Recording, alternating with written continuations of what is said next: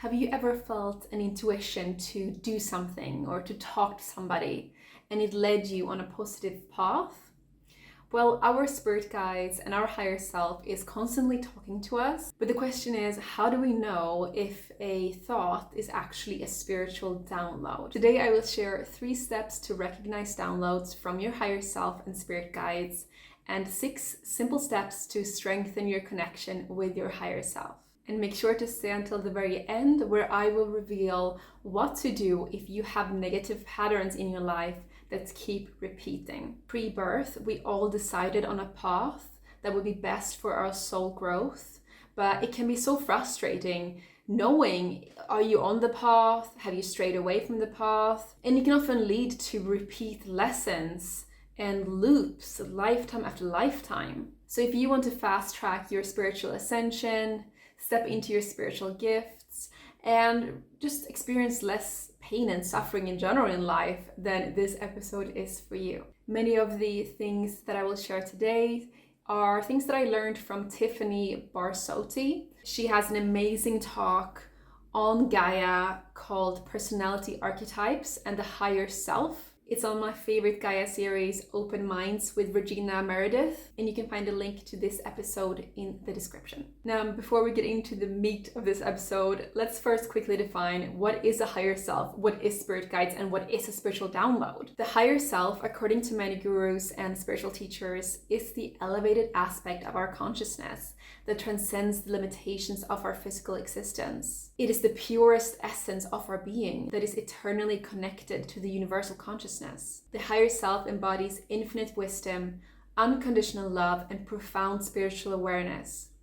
It serves as our inner guide, assisting us in aligning with our true purpose, attaining spiritual enlightenment, and experiencing oneness with the divine. Some of the biggest names that talk about the higher self includes Eckhart Tolle, Deepak Chopra, and Ram Dass. And now you might be wondering, what is the difference then between the higher self and our spirit guides? Well, Dolores Cannon, a renowned hypnotherapist and author, often spoke about spirit guides in the context of her work with past life regression and communication with the subconscious mind. According to Cannon, spirit guides are non-physical beings that exist in higher dimensions and are dedicated to assisting and guiding us on our life journey. She believes that everyone has one or more spirit guides assigned to them who are uniquely tailored to their specific needs and spiritual growth. These guides can take on various forms such as angels, ascended masters, deceased loved ones, or even extraterrestrials, depending on the individual's personal beliefs and experiences. Spirit guides are said to have a deep understanding of the individual's soul purpose and life lessons. They give guidance and support, offering assistance in making important decisions,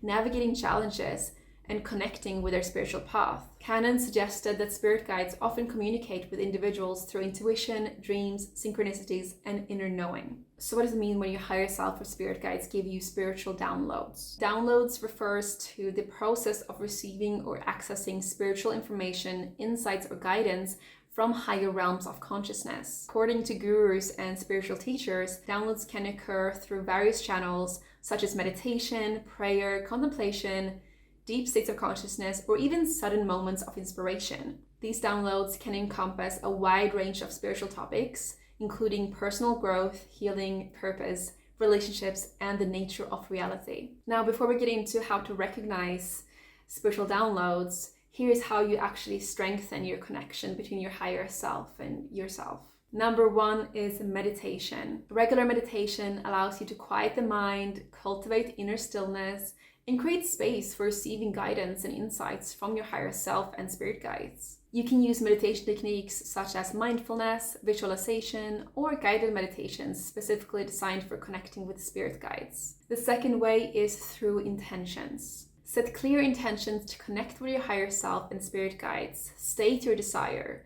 to receive guidance, support, and wisdom from them. You can create a sacred space or perform a ritual to invoke their presence and establish a sacred connection. The third way is through journaling. Keep a journal where you can write down your thoughts, desires, your synchronicities. And this practice have really helped me gain clarity and deepen my self-reflection and recognize patterns and messages that arise with my interactions with my spirit guides. The fourth way is to cultivate inner silence and active listening. Be receptive to the subtle cues, intuitive nudges, and synchronicities that may serve as signs or messages from your higher self and spirit guides. Trust your intuition and learn to discern their guidance from the noise of everyday thoughts. Number 5 is to trust and surrender. Trust the process of connecting with your higher self. Let go of expectations and attachment to specific outcomes. Surrender to the divine wisdom and timing, allowing the guidance to unfold naturally. The 6th way to strengthen your connection between you and your higher self is to seek guidance from others, like spiritual teachers, mentors, or practitioners who can offer insights and techniques for connecting with your higher self and spirit guides. You can find lots of videos on how to connect with your higher self and spirit guides from experts and spiritual teachers on Gaia. Just follow the link in the description. Now, how do we recognize downloads from our higher self and spirit guides? The first place that your higher self talks to you through is your emotions. But before you think, oh, I should really trust this emotion, ask yourself, is this actually my emotion? Because my guess is many of you guys are empaths and you pick up emotions from other people. So if you ask yourself this and the answer is no, ask yourself if it's a family member, a friend, etc. And if a certain person come up, it could be theirs, especially if you often feel that feeling around them. And then let that emotion go, since you don't need to process the emotion for them. If the answer is yes, that it is coming from you, then listen to that emotion and follow it. An example of this is when I traveled to Bogota in Colombia. And I went up to this beautiful viewpoint, and then the sun was setting. And as I was walking around, I didn't feel good. I started to feel anxious, scared. And I'm one of those people who I feel safe pretty much anywhere. I can be walking around in slums, ghettos, and I feel protected. But here it was different.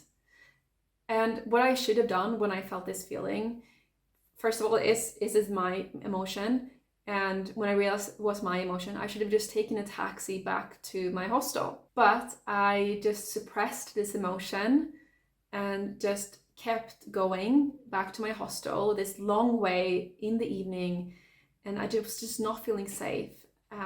My gut feeling was saying, don't do this, take a taxi. And shortly after, 2 guys came and took my backpack.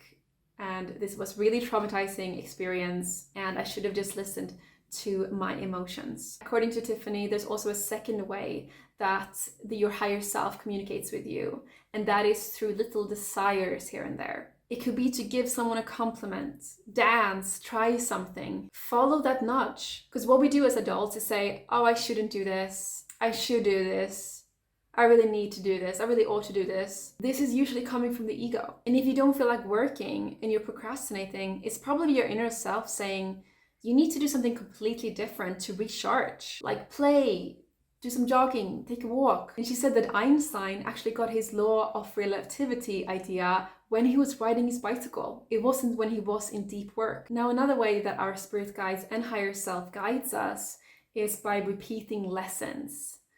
So this can be very frustrating when you feel like there's a problem, a pattern that keeps coming up over and over in your life. And the best way to release this pattern is to say thank you and feel gratitude in that situation, because your spirit guides are not doing this to harm you. They're doing it to help you to realize that you keep doing this, keep following this pattern. You might not know what the lesson is yet, but it happened for you, not to you. And this will really shift the energy. So try to think about what the lesson could be instead of blindly reacting, which will just put you in a negative spiral. We've all had that when we felt like a victim and then the rest of the day just became a really negative, bad, shitty day. Now, this is just a fraction of what Tiffany covers in the interview on Open Minds. You can watch the whole Gaia episode for free through my link. And if you decide to sign up for Gaia, then you will get 7 days for free through my special link in the description. I highly recommend to start with Open Minds. There you get interviews with spiritual experts on most spiritual topics. It's so fascinating and binge-worthy. I also recommend Beyond Belief and Wisdom Teachings. Now, I'd love to hear what downloads have you received from your higher self. Let's inspire each other in comments. And love you so much. Have a beautiful day.